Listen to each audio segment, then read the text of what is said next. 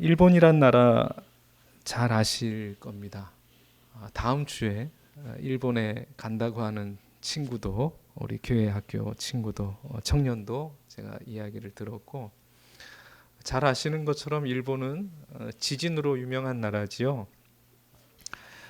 지진이 있다는 것은 그 지진에 따른 여러 많은 자연 재난도 많이 있다는 것입니다. 당연히. 그러다 보니 이 사람들이 자연스레 하찮아 보이는 그 물, 또 보잘것없는 음식 같은 것에 대해서도 참 귀하게 생각합니다. 자원의 소중함을 귀히 여깁니다. 그래서 음식 먹기 전에 뭐라고 인사하죠? 항상 이렇게 합장을 하고 이따다키마스 이렇게 인사를 합니다. 잘 먹겠습니다. 자기들이 어떤 섬기는 신들한테 그렇게 늘 인사를 하는 거죠. 이 귀한 음식에 대해서 물 한 잔을 먹어도 이따다키마스. 자, 그리고 나서 물을 먹거나 음식을 다 먹고 나면 또 인사를 합니다. 선아 잘 들으세요. 일본에 간다니까 다음 주에 그 고치소 사마데시다 이렇게 인사를 합니다. 이게 뭐냐? 진수성찬이었습니다 라는 뜻입니다. 근데 그거는 음식만이 아니에요. 물 한 잔만 먹어도 미즈오 구다사이, 그 물 한 잔만을 받아도, 이 물 한 잔을 먹고도 고치소 사마데시다 이렇게 인사를 합니다. 물 한 잔을 먹는데도 진수성찬이었습니다 이렇게 얘기한다는 것은 참 귀한 거를 아는 거죠. 이 자원의 소중함을 압니다. 보잘것없는 음식이라도 아주 막 그 인사를 하면서 그렇게 감사한다는 것이죠. 심지어는 물 한 잔을 대접받아도. 주변에도 여러분 별것도 아닌 것에 감동하는 사람을 보면 나는 그저 작은 거 드렸을 뿐인데 그것에 대해서 너무 감격하고 고마워하고 물 한 잔만 드렸는데도 진수성찬이었습니다 이렇게 인사를 하는 것을 보면 참 우리가 감동받게 되지요. 작은 식사에도, 초라한 식사, 작은 그 물 한 잔에도 감동하는 그런 사람들, 심지어는 하늘에 떠 있는 별을 보면서도 너무 아름답다 하면서 눈물을 흘리는 그런 감격스러워하는 분들을 보면 참 작은 것에도 감동하고 감사하는 분들을 보면 참 귀한 분들이시다 그런 생각을 하게 됩니다. 반면에 아무리 좋은 것을 줘도 감사할 줄 모르고 감동하지 못하는 사람은 참 불쌍한 사람, 예의가 없고 그런 사람이 아닌가 생각이 들게 됩니다. 안타깝지요? 오늘 말씀에도 예수님께서 이 말씀을 하십니다. 고라신이랑 벳세다라고 하는, 또 가버나움이라고 하는 그 비슷한 지역의 갈릴리 호수 근처에서 예수님이 하나님 나라를 전하시고 많은 권능을 행하셨다는 것이죠. 기적을 베푸셨습니다. 많은 이적들을 다른 곳에서 보다 유독 그곳에서 참 많은 일들을 기적을 베푸시고 사역을 행하셨는데 참 신기한 것은 그 사람들 반응이 신통치 않았다는 거죠. 죄악으로 가득 찼던 그 도시의 대명사 두로와 시돈, 이 여신 그 아스타롯 신전이 있었고요. 우상 숭배의 중심지입니다. 두로와 시돈은. 또 그 해변에 있다 보니까 이제 해양 민족들이 왔고 또 기존에 살던 민족들이 있었고 아주 혼탁한, 그냥 검은색과 흰색이 섞여서 회색 같은 그런 회색지대 같은 곳이, 우상이 가득 찬 곳이 바로 두로와 시돈이었고, 잘 아시는 것처럼 소돔은 창세기에 아브라함의 조카 롯이 있다가 그 멸망당한 곳 아니었습니까? 동성애의 중심지였었죠. 그 당시에 주전 1900년인데도 동성애가 아주 판을 쳤던 그 롯의 식구를 찾아온 하나님의 그 천사들, 사자들을 향해서 그 소돔 땅에 있었던 사람들이 우리한테 내놔라, 남자들을 향해 우리 그들과 관계하겠다 아주 타락한 그 땅이 소돔 땅이었습니다. 자, 그 땅을 예를 들면서 오히려 그 악한 그곳이 내가 권능을 행했던 고라신, 벳세다, 가버나움보다도 더 하나님의 그 재앙의 날에, 심판의 날에 과거 그 심판받았던 그 땅이 더 견디기가 쉬울 것이다 라고 말씀하시면서 그런 비유를 말씀하시게 되죠. 피리를 불어도 너희가 춤추지 않고 우리가 슬프게 울어도 너희가 함께 통곡하면서 가슴을 치지 아니하였도다. 안타까워하시며 말씀하셨다는 겁니다. 여러분, 우리가 살아가면서 우리에게는 감동이 필요합니다. 이건 나쁜 것이 아니에요. 아까도 앉아 있는데 뒤에 집사님 휴지를 다 쓰신 거예요. 주일마다 오실 때마다 휴지를 다 쓰십니다. 이분이 뭐 알레르기성 비염이 있어서 그러냐, 코를 풀어야 돼, 가래를 뱉 그게 아니고 교회만 오시면 그냥 눈물이 나시는 거예요. 그래서 남편 집사님이 휴지 좀 사서 갖다 놔 막 이렇게 말씀하신, 제가 죄가 많아서 그렇지요 그러시는데 우리가 다 죄인 아닙니까? 네. 눈물이 마르면 눈에 병 생깁니다. 울 수 있는 게 감사한 거예요. 감격하고 감동할 수 있는 게 그게 사람입니다. 나쁜 것이 아니죠. 안 하는 것 같아도 여러분 일단 감동만 되면 우리 청소년들이나 청년들 야 이렇게 말 안 듣냐 하는 것 같지만 여러분 그냥 그 감동만 꽂히기만 하면요 청소년 청년 세대들은 뭐라도 합니다. 대단합니다. 그죠? 예? 민주 안 그래요? 꽂히면 다 하잖아요. 예. 별로 감동이 없어? 아니야. 네. 꽂히면 다 합니다. 네. 근데 여기서 걱정이 되는 건 뭐냐면 이 세대가 뭐에 꽂히느냐는 거죠. 뭐에 감동을 받느냐는 것이죠.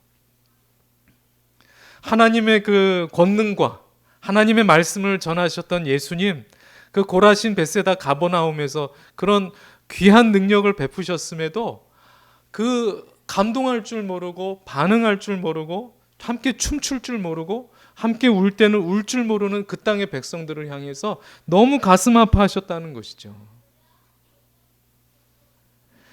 하나님의 말씀과 예수님께서 행하신 그 능력, 그것 말고도 아니 능력을 안 하셨어도 하나님의 아들이 우리 이 땅에 오셨다는 것만 봐도 얼마나 이게 감격스럽고 귀한 것이죠.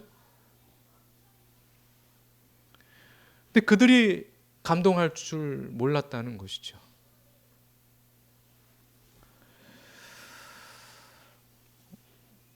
자, 이 고라신, 벳세다, 가버나움 이 땅에 전혀 감동이 없었느냐? 그렇지 않습니다.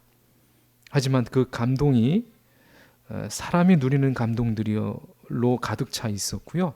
하나님 보시기에는 참 아무짝에도 쓸모없는 감동들이었다는 것이죠. 진짜 감동받아야 되고 감사해야 되고 기뻐하고 행복해야 할 그것에는 주님께는 행복해하지 못하고 감사하지 못하고 다른 것에 좀 빠져 있었다는 것입니다.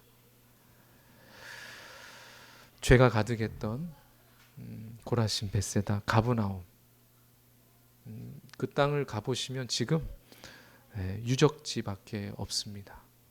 예수님의 그 말씀대로 진짜 그 땅에 진노가 내리게 되지요. 가버나움에는 박물관밖에 없어요.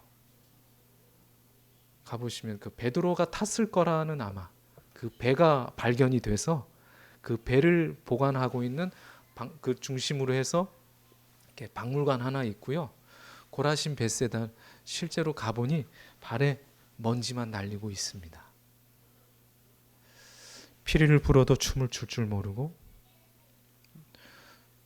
우는데도 함께 울어줄 줄 모르는 하나님의 은혜에 감격하지 못하고 세상의 감동과 감격에 빠져 사는 그 고라신, 벳세다, 가버나움은 지금 유적지밖에 남아있지 않다는 것이죠. 감동을 해도 여러분 그 대상이 중요합니다. 내가 무엇에 감동하고 있는가? 무엇에 좀 내가 감격스러워하면서 살고 있는가?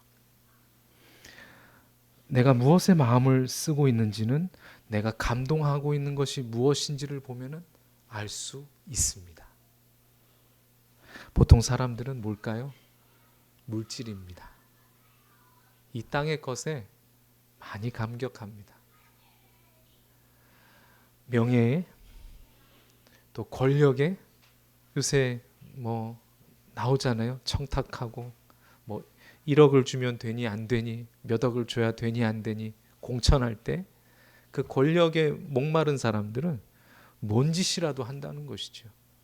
명예에 목마르고 물질에 목마른 사람들은 그걸 채우기 위해서 수단 방법을 가리지 않는다는 겁니다. 그게 하나님의 뜻에 어긋나는 것이고 하나님의 뜻에 완전히 반하는 것이라 할지라도 그 감동을 얻기 위해서, 누리기 위해서 그렇게 애를 쓰고 살아간다는 것이죠.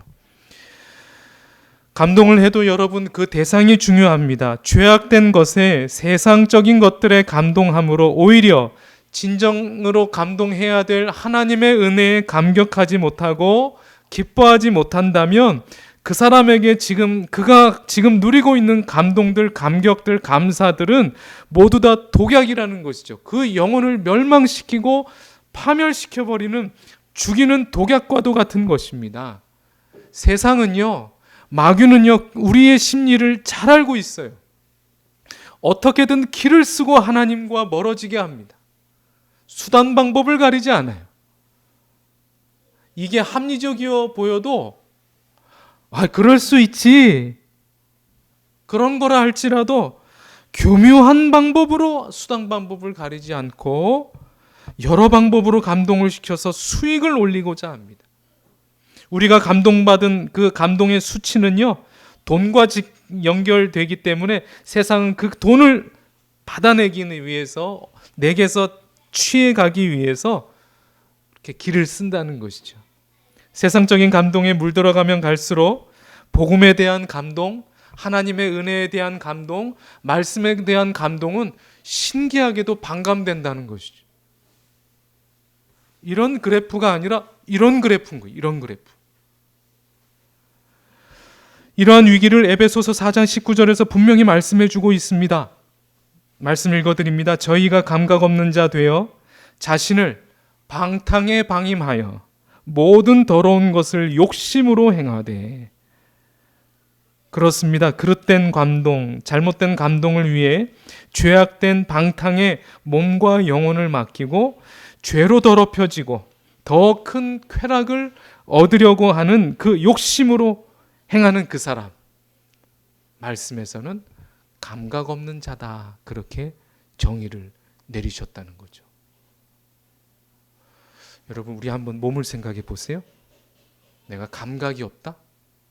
혹시 지금 여러분들 몸 중에 사지, 손가락, 말초 쪽에 감각이 없는 곳이 있으세요? 굉장히 위험합니다. 내가 통증을 못 느낀다? 그러면 상처가 나도 피 철철 흘리는 거예요. 그리고 거기로 세균이나 바이러스가 들어가서 감염이 일어납니다. 그러면 큰일 나는 거예요. 그 병이 뭡니까? 나병이잖아요. 나병은요, 손가락이랑 코, 귀 떨어져 나가는데도 감각을 못 느껴요. 위험한 거는 감각을 못 느끼는 대로 여기로 세균이 감염이 돼서 합병증이 생깁니다. 그게 더 위험한 거예요. 당뇨에 걸려도 그렇죠. 잘라내야 되는 거예요. 막 썩어 들어갑니다. 감각 없는 자가 된다는 것입니다. 저희가 감각 없는 자가 돼서 자신을 방탕에, 이 세상적인 쾌락들의 어떤 그 명예와 물질과 권력에 그런 더러운 것들을 욕심으로 행하고 그걸 취하려고 길을 쓰며 살아간다는 것이죠. 그 영혼이 어떻게 되겠습니까? 이런 감각 없는 자가 된 사람들에게 아무리 하나님의 은혜를 전하고 말씀을 전해도 하나님의 은혜에 감동하지 못합니다. 오늘 고라신, 벳세다, 가버나움, 바로 이 땅은 예수님께서 기적을 베푸시는데도 죽은 사람을 살리고 병자를 고치시고 하나님의 말씀을 전해주시고 위로, 은혜, 참 좋다 그런 감격스러운 말씀을 전해주시는데도 불구하고 그들은 감동하지 않았던 것입니다. 자, 우리는 죄와 세상적인 것들에 많이 노출이 되면서 세상을 살아갑니다. 주일날 예배 드리는 것은 잠깐 1시간이고요. 일주일 하루 24시간 곱하기 7일 168시간 중에 1시간 예배 드리고 나머지 167시간을 우리가 세상에서 살아간다는 것이죠. 어디에 더 노출되어 살아가고 있습니까? 하나님의 말씀과 예배와 하나님의 은혜입니까? 아니면은 167시간 세상에 더 우리가 노출되어서 살아가고 있나요? 당연히 세상에 노출되어서 살아가지만 그러나 변함없는 사실은 하나님께서 저와 여러분들과 함께 하신다는 겁니다. 믿으십니까? 내가 세상 끝날까지 너희와 항상 함께 있으리라. 분명히 약속해 주셨습니다. 그 약속을 붙들고 주님 제가 1시간 예배 드렸지만 나머지 167시간 이 세상 속에서 죄가 가득하다고 하는 피리를 불어도 춤을 출 줄 모르고 함께 울어줄 줄 모르는 이 험악한 세상을 우리가 살아갈 때 하나님 저희와 함께 해주시고 세상에 오염되지 않도록 전염되지 않도록 감염되지 않도록 말씀의 마스크로 복음의 마스크로 믿음의 마스크로 우리를 붙잡아 주시고 함께 해주시고 삶의 자리도 예배가 될 수 있도록 주님 도와 주십시오. 그걸 결단하고 이제 나가는 거잖아요. 아니면 예배 올 때는 167시간 감사합니다 주님 나온 곳이고 감사의 제사 드리면서 다시금 또 나가는 것 아니겠습니까? 다른 사람들이 보기에는 세상의 사람들이 보기에는 아무것도 아니고 또 믿지 않는 사람들은 참 놀고 있네 조롱하고 우리 늘 결단의 파송의 찬양 부를 때 세상 사람들 조롱한다 할지라도 하나님의 안에서 은혜 안에서 놀고 있는 저와 여러분들은 하나님의 관점에서 보실 때는 너무 귀하고 감동과 은혜가 넘치는 사람임을 기억하시기를 바라고 피리를 불면 감동하여 춤을 추시고 그것도 열정적으로 춤을 추시는 성도님들 다 되시기를 소망합니다. 그래서 예배는요 여러분 침울한 제사나 장례식장이 아닙니다.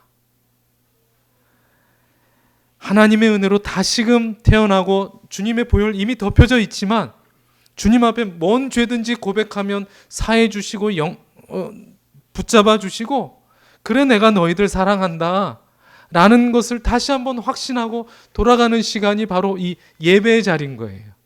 그러니까 감사하고 기뻐할 수밖에 없는 감사가 넘치는 축제가 바로 이 예배라는 것입니다.